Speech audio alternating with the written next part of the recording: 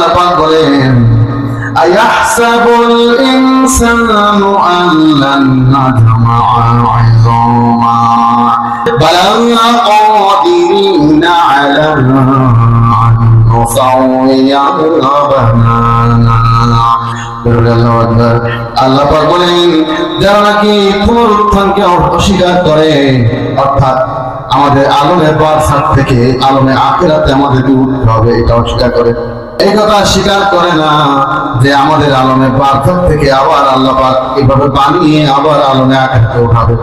আল্লাহ পাক বলেন আমি তাদেরকে বলে দিলাম মানুষের অগ্রভাগের যে সাপ রয়েছে এই সাপ পর্যন্ত আমি আল্লাহ ওই দিন তৈরি করতে সক্ষম হয়েছি। সুবহানাল্লাহ। তাহলে এই সাপের কথা কোরআনে আল্লাহ পাক 1400 বছর আগে এই তথ্য দিয়েছে, কিন্তু আমার মুসলমানরা তো আছে আমি আসতে বলা জোর বলা নেই, ঠিক না?